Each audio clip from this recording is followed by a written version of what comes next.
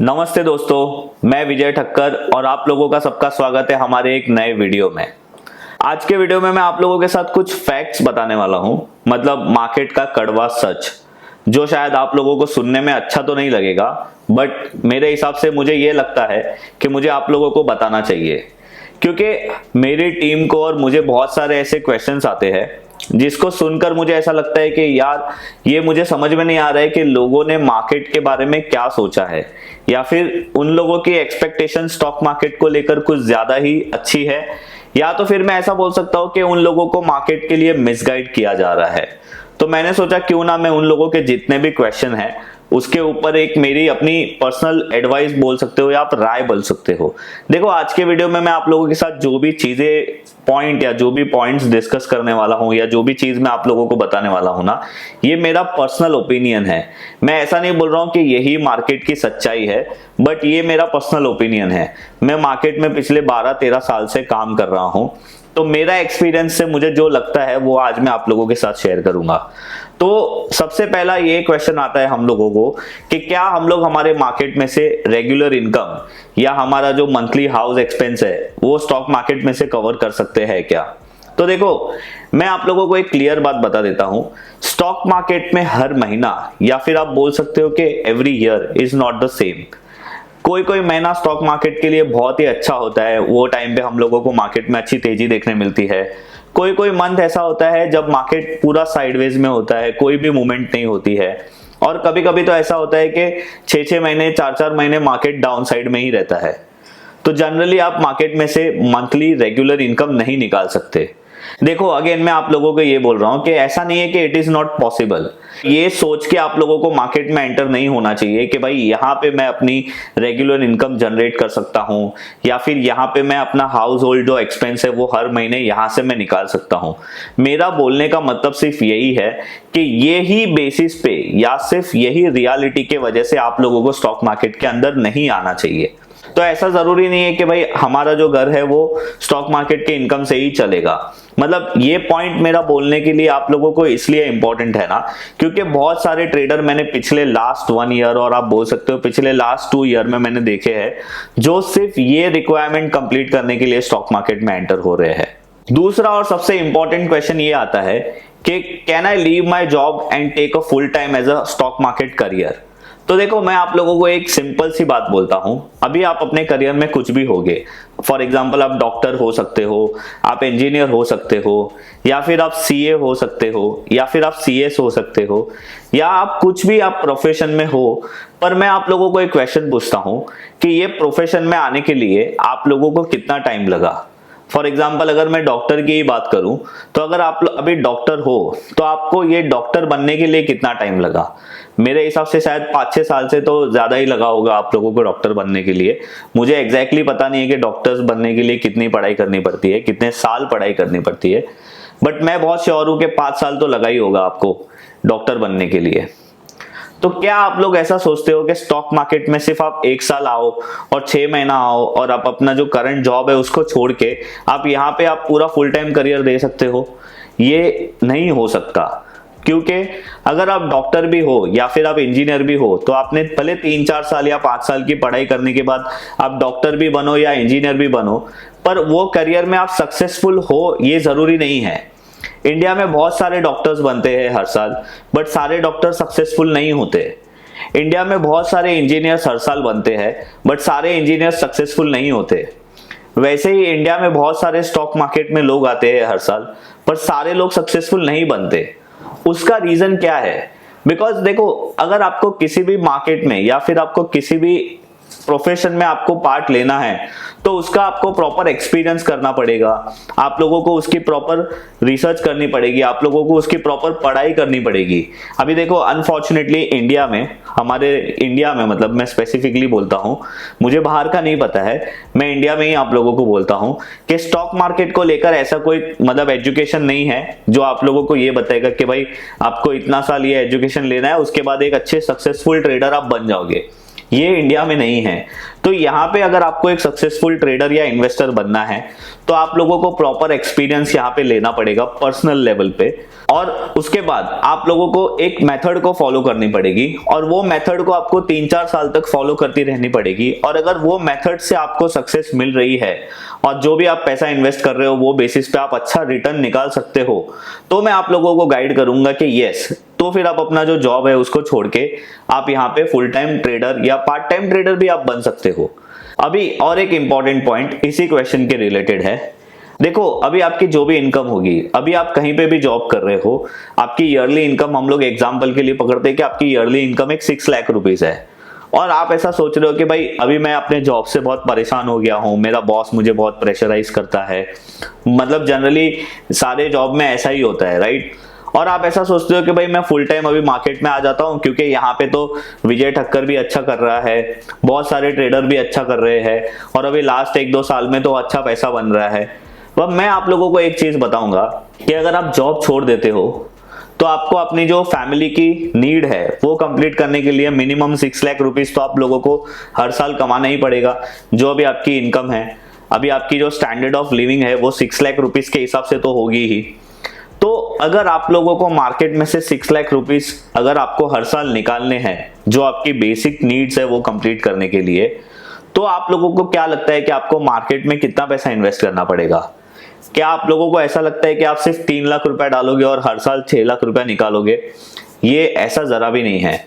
देखो, ये stock market भी एक बिजनेस है, यहाँ पे भी आपको कुछ इतना पैसा डालना पड़ेगा जिसके परसेंटेज बेसिस पे जो आपको रिटर्न मिलेंगे वो आपको मिलेगा, वो आपकी नीड कंप्लीट कर सकता है। तो अभी मैं एक एग्जांपल ले लेता हूं। मैं ऐसा सोचता हूं कि स्टॉक मार्केट में अगर आप फुल टाइम करियर बनाना चाहते हो तो ईयरली आपको मिनिमम 30% रिटर्न तो निकालना ही चाहिए। तो अभी अगर ये केस में मैं आपको बोलूं कि आपकी इनकम 6 लाख रुपीज है ईयरली, तो आपको एटलीस्ट स्टॉक मार्केट में 20 लाख रुपीज इन्वेस्ट करने पड़ेंगे, और वो 20 लाख के 1 साल के बाद जब 30% रिटर्न आएंगे तो वो आपका हो गया 6 लाख रुपीज। तब आप अपनी जो बेसिक्स नीड्स है, जो आपकी लाइफस्टाइल है, उसको मेंटेन कर सकते हो। अभी मैं आपको एक क्वेश्चन पूछता हूं, अगर आपका 6 लाख रुपीज ईयरली पैकेज है तो क्या आप लोगों के पास 20 लाख रुपीज है स्टॉक मार्केट में इन्वेस्ट करने के लिए? और मैं ऐसा नहीं बोल रहा हूं कि ये 20 लाख रुपीज मतलब आपके पास ये लास्ट होने चाहिए। ये 20 लाख रुपीज आपके पास ऐसे होने चाहिए जो आप कहीं पे इन्वेस्ट करने के लिए सोच रहे हो। अगर आप लोगों के पास अभी इतने पैसे नहीं है, मैं सिर्फ 20 लाख रुपीज के बारे में बात नहीं कर रहा हूं। आई होप आप ये पॉइंट समझ गए होंगे कि आपका जो भी एनुअल इनकम है उसका अगर आपको स्टॉक मार्केट में से ईयरली रिटर्न निकालना है तो एक अगर एक्सपेक्टेड एकदम मिनिमम रिटर्न में है जो 25 to 30% भी पकड़ता हूं, तो आपको स्टॉक मार्केट में कितना पैसा इन्वेस्ट करना पड़ेगा वो आपकी नीड को कंप्लीट करने के लिए। तो अगेन मैं वापस से ये सेकंड पॉइंट के रिलेटेड मैं आप लोगों को एक शॉर्ट में बोल देता हूं कि यस, आप फुल टाइम स्टॉक मार्केट में अपना करियर बना सकते हो, बट जैसे डॉक्टर बनने के लिए 5 साल, इंजीनियर बनने के लिए 4-5 साल लगता है, और भी बहुत सारे प्रोफेशंस में बहुत सारे टाइम लगते हैं एक एजुकेशन लेने के लिए, तो वैसे ही आप लोगों को स्टॉक मार्केट में थोड़ा एक्सपीरियंस प्लस एजुकेशन लेना पड़ेगा। उसी के बाद आप एक परफेक्ट ट्रेडर बन सकते हो। और उसके बाद भी मैं आप लोगों को ये चीज बता देता हूं कि गारंटेड नहीं है कि आप स्टॉक मार्केट में सक्सेसफुल बनोगे, तो अपना प्लान 2 रेडी रखना। अभी नेक्स्ट पॉइंट जो मुझे ऐसा लगता है जो आप लोगों के साथ मुझे जरूर शेयर करना चाहिए, बहुत सारे लोगों को ऐसा लगता है कि मार्केट में पैसा कमाना बहुत ईजी है, और बहुत सारे लोग ऐसा सोचते हैं कि मार्केट एक गैम्बलिंग है। तो ये जरूरी नहीं है। देखो, मार्केट में पैसा कमाना इजी भी नहीं है और स्टॉक मार्केट गैम्बलिंग भी नहीं है। अगर आप मुझे पूछो तो मेरे हिसाब से स्टॉक मार्केट वर्ल्ड का सबसे बेस्ट बिजनेस है जहां पे आप अच्छे से अच्छे बिजनेस में पैसा इन्वेस्ट कर सकते हो। तो ये गैम्बलिंग तो नहीं हुआ ना। अभी आप गैम्बलिंग करते हो और आप बोलते हो तो वो बात अलग है, बट मेरे हिसाब से ये बिजनेस जरा भी गैम्बलिंग नहीं है। और जो दूसरा पॉइंट है कि मार्केट में पैसा कमाना बहुत ईजी है, वो बहुत ही गलत सोच है। अगर आप ऐसा सोचते हो कि भाई वो आदमी ने इतना पैसा कमाया, वो पर्सन है जो हर साल इतना पैसा कमा रहा है, वो पर्सन है जो हर एक्सपायरी पे इतने लाख रुपए कमा रहा है, तो मैं भी कमा सकता हूं, ये पॉसिबल नहीं है। देखो, मैं आपको अगेन ये बोलता हूं कि मैं आप लोगों को कोई भी हिसाब से डीमोटिवेट नहीं कर रहा। मैं आप लोगों को मार्केट का कड़वा सच बता रहा हूं जो शायद सुनने में अच्छा नहीं लगेगा, बट थोड़े साल बाद आप ये चीज को ऑब्वियसली रियलाइज करोगे ही। तो अभी यहाँ पे क्या है ना कि जो बंदा है जो आप लोगों को बता रहा है कि बॉस वो इतना सक्सेसफुल है, वो हर एक्सपायरी में इतने पैसे कमा रहा है, उन्होंने इतने % रिटर्न जनरेट किए, उनका भी आप हिस्ट्री तो देखिए कि वो मार्केट में कितने साल से है, उन्होंने मार्केट में अपना सक्सेस लेने के लिए कितने साल मेहनत की, उतने साल के एक्सपीरियंस और मेहनत के बाद और लॉसेस के बाद आज वो स्टेज पे पहुंचे हैं। तो ये इजी मनी तो नहीं हुआ ना। आज वो बंदा इजीली पैसा कमा रहा है बिकॉज उसके पास इतने साल का एक्सपीरियंस है और इतने साल का नॉलेज है। और सबसे इंपॉर्टेंट पॉइंट जो ज्यादातर लोग ध्यान नहीं देते, उसका इमोशंस और उसकी जो सोच है वो आप लोगों से नहीं मिलती है। मैं अभी देख रहा हूं पिछले 2-3 दिनों से मार्केट में मिड कैप और स्मॉल कैप में थोड़ी बहुत फॉल आ रही है, तो लोगों को डर लग रहा है, लिटरली बहुत लोग डर रहे हैं कि अरे अभी तो ये मार्केट गिर जाएगा, मार्केट खत्म हो जाएगा। तो मैं आप लोगों को बोलता हूं, जब वो चल रहा था तब आप लोगों को ये डाउट नहीं हो रहा था कि बहुत चल गया, तो ये ऐसा नहीं होता है। जनरली आप लोग पैनिक में ही बहुत बड़ी गलती कर देते हो। तो ये चीज ध्यान में रखो, मार्केट में पैसा कमाना इजी नहीं है और ना मार्केट गैम्बलिंग है। अभी जो सबसे डेंजरस चीज है जो मैं आप लोगों को बताना चाहता हूं, बहुत सारे लोग आप लोगों को मिसगाइड करते हैं कि अगर आप लोगों के पास ट्रेडिंग कैपिटल 1 लाख और 2 लाख रुपीस है तो आप आइए, आप फ्यूचर्स और ऑप्शंस में ट्रेडिंग करिए, यहाँ पे आप बहुत जल्दी पैसा कमा सकते हो। और क्या है ना कि वो टाइम पे हम लोगों को भी बहुत जल्दी पैसा कमाना होता है, तो हम लोग भी वो चीज मान के उसमें पैसा डाल देते हैं। अगर आप लोगों को फ्यूचर्स के बारे में नहीं पता है तो मैं आप लोगों को एक शॉर्ट में बता देता हूं कि फ्यूचर्स एक ऐसा चीज होता है ना कि जहां पे आप लोगों को एक्सचेंज बोलता है कि भाई आपके पास अगर 2 लाख रुपया है तो हम आपको 7 लाख या 8 लाख का कॉन्ट्रैक्ट लेने के लिए परमिशन देते हैं। मतलब वो जो 2 लाख रुपया है वो आप लोगों का मार्जिन बन जाता है वो कॉन्ट्रैक्ट परचेस करने के लिए। तो अभी बहुत सारे लोग क्या सोचते हैं ना कि भाई मेरे पास 2 लाख रुपया कैपिटल है पर मुझे ज्यादा ट्रेड करना है, तो वो लोग क्या करते हैं, फ्यूचर्स का कोई भी एक लॉट परचेस कर लेते हैं। अभी मैं अगर मार्केट में देखूं मिनिमम से मिनिमम लॉट साइज, अगर मैं वैल्यू की बात करूं तो वो 5 लाख रुपए तक का होता ही है। और अगर समझो आपका कैपिटल ही 2 लाख रुपया है और आपने 5 लाख का एक कॉन्ट्रैक्ट परचेस कर लिया, मतलब कोई भी एक फ्यूचर्स का कॉन्ट्रैक्ट परचेस कर लिया, और समझो उसमें आपका जो स्टॉप लॉस था वो कैलकुलेट करके 5% तक का आता है। अभी अगेन ये डिपेंड करता है आपके ऊपर कि आपको 1% स्टॉप लॉस लगाना है, 2% लगाना है। मैं सिर्फ यहाँ पे एग्जांपल के लिए बोल रहा हूँ कि 5%। तो जो 5% है वो 5 लाख का बनता है 25,000 रुपया। मतलब अगर आपका वो एक ट्रेड रॉन्ग होता है तो आपको वहां पे 25,000 का लॉस होगा। बट आपने कभी ये सोचा है कि वो 25,000 आपके 2 लाख के ऊपर कितना परसेंटेज होता है? तो समवेयर अराउंड 12 to 13% होता है वो 25,000 का लॉस आपके कैपिटल पे। आप सोचो अगर आपने 4 ट्रेड गलत लिए तो आपका आधा कैपिटल वाइप आउट हो जाएगा।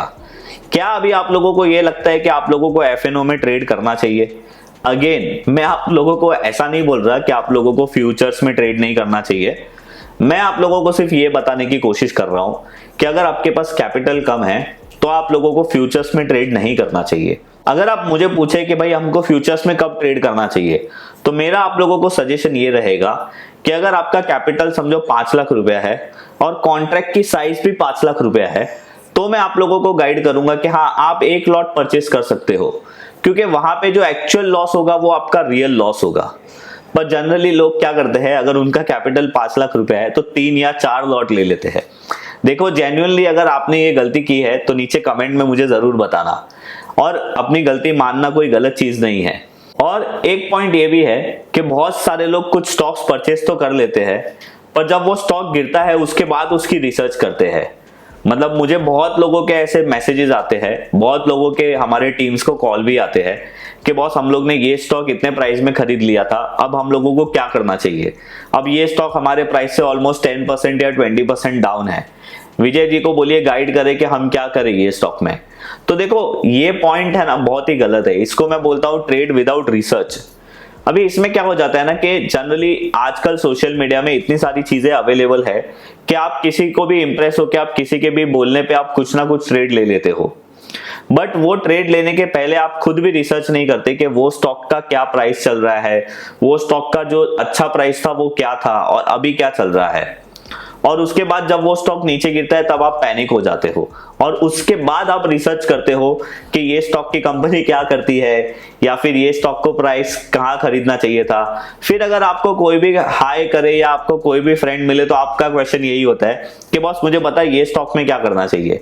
तो देखो मेरे हिसाब से आप लोगों को प्रॉपर रिसर्च के बाद ही कोई भी ट्रेड लेना चाहिए। इवन आप मेरे भी ट्रेड को फॉलो कर रहे हो तो अगर मैं आप लोगों को कोई भी ट्रेड आइडिया देता हूं तो पहले आप लोगों को वो चेक करना चाहिए कि ये विजय तो बोल रहा है बट क्या ये ट्रेड मुझे लेना चाहिए या नहीं।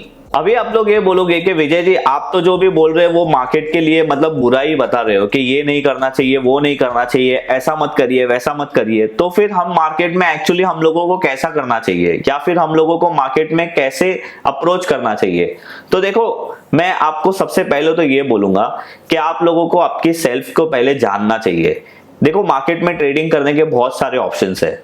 आप इक्विटी में भी ट्रेड कर सकते हो, आप फ्यूचर्स में भी ट्रेड कर सकते हो, आप ऑप्शंस में भी ट्रेड कर सकते हो। तो सबसे पहले तो आप लोगों को यह जानना जरूरी है कि क्या आप इक्विटी ट्रेडर हो, क्या आप लोगों को फ्यूचर्स की ट्रेडिंग करनी चाहिए, क्या आप लोगों को ऑप्शंस की ट्रेडिंग करनी चाहिए। अगर आपने डिसाइड कर लिया कि बॉस मुझे इक्विटी में ही ट्रेड करना है तो वहां पे भी आप लोगों को यह डिसाइड करना पड़ेगा कि आपकी पर्सनैलिटी क्या है। क्या आपको इंट्राडे ट्रेड करना ज्यादा पसंद है, क्या आपके जो इमोशंस है वो इंट्राडे ट्रेड्स को हैंडल कर सकते हैं, या फिर आपके इमोशंस जो है वो इन्वेस्टमेंट को हैंडल कर सकते हैं, या फिर आप शॉर्ट टर्म ट्रेड करना चाहते हो। और अगर आप ऐसा सोचते हो कि मुझे ऑप्शंस ट्रेड करना है तो मैं आप लोगों को बोलूंगा कि ऑप्शंस में दो चीज होती है, बाइंग और सेलिंग। देखो उसमें भी मैं ऐसा नहीं बोलूंगा कि ये अच्छा है और ये अच्छा है, दोनों चीज अच्छी है, पर आप लोगों को सबसे ज्यादा ये देखना चाहिए कि भाई आपको क्या पसंद है, आपको क्या सूट करता है। आपको कॉल लेना पसंद है या कॉल बेचना पसंद है। अगर आप लोगों को कॉल राइटिंग करना पसंद है तो मैं आप लोगों को गाइड करूंगा कि पहले उसके बारे में सीखिए, पहले उसके बारे में समझिए कि वो चीज क्या है, वो कॉन्सेप्ट क्या है, उसके बाद उसको एग्जीक्यूट करिए। जैसे कि मैंने आप लोगों को बताया कि कुछ साल लगते हैं हम लोगों को डॉक्टर या इंजीनियर बनने के लिए, तो ऑब्वियसली आप लोगों को यहाँ कुछ महीने तो देने पड़ेंगे ना वो स्टडी करने के लिए कि भाई अगर मैं कोई ऑप्शन बेच रहा हूँ, अगर मेरी कोई चीज गलत हो गई तो मुझे क्या करना चाहिए, अगर कोई मैं ऑप्शंस परचेस कर रहा हूँ तो उसकी राइट वैल्यू क्या होनी चाहिए परचेस करने के लिए। और अगर आप लोगों को फ्यूचर्स में ट्रेड करना है तो जैसे मैंने आप लोगों को बताया कि आपका कैपिटल क्या है वो आप लोगों को सबसे ज्यादा इंपॉर्टेंट ध्यान देना चाहिए। तो ये चीज सबसे ज्यादा इंपॉर्टेंट है कि आप लोगों को पहले ये समझना चाहिए कि आप लोगों को क्या सूट करता है। अभी मुझे शॉर्ट टर्म ट्रेडिंग सूट करता है, इसका मतलब ये नहीं है कि आपको भी शॉर्ट टर्म ट्रेडिंग सूट करता होगा। शायद आप लोग अच्छा इंट्राडे ट्रेड करते हो। अब दूसरा सबसे इंपॉर्टेंट पॉइंट ये है, मैं आप लोगों के साथ हमेशा बात करते रहता हूं, मास्टर इन वन। अभी इसका मतलब क्या है, देखो मैंने आप लोगों को बताया कि इक्विटी है, फ्यूचर्स है या ऑप्शंस है। इवन ऑप्शंस के अंदर ऑप्शन बाइंग है, ऑप्शन सेलिंग है, और इक्विटी के अंदर भी शॉर्ट टर्म ट्रेडिंग है, इन्वेस्टमेंट है, इंट्राडे ट्रेडिंग है। इवन फ्यूचर्स में भी इंट्राडे ट्रेडिंग है, स्विंग ट्रेडिंग है। और आप लोगों को क्या देखना है कि आपको क्या करना है, सबसे पहले तो ये, उसके बाद आपको कौन से वे से काम करना है। फॉर एग्जांपल अगर आप ऑप्शन ट्रेडिंग करते हो तो आपको ओपन इंटरेस्ट के एनालिसिस को देख के ट्रेड करना है, या फिर आप लोगों को चार्ट्स देख के ट्रेड करना है।